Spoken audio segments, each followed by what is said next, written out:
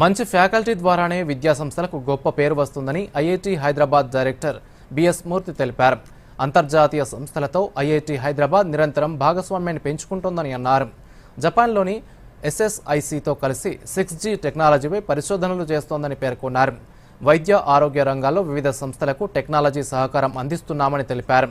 Semiconductor రంగంలో విశేష కృషి చేసిన Australia national university professor Chennupati Jagadish, telecommunication రంగంలో సేవలందించిన ఎరిక్సన్ సిటిఓ తాటిపాముల మల్లికార్జునులకు ఫెలో ఆఫ్ రాయల్ సొసైటీ పురస్కారం దక్కడం గర్వకారణమని బిఎస్ మూర్తి హర్షం వ్యక్తం చేశారు.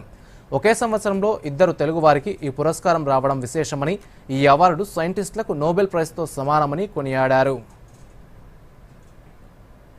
ప్రతి అకాడమీ గొప్ప సైంటిస్టులని ఐడెంటిఫై చేసి ప్రతి సంవత్సరం కొంతమందికి ఫెలోషిప్ అంటారు. Become a fellow of an academy అంటారు.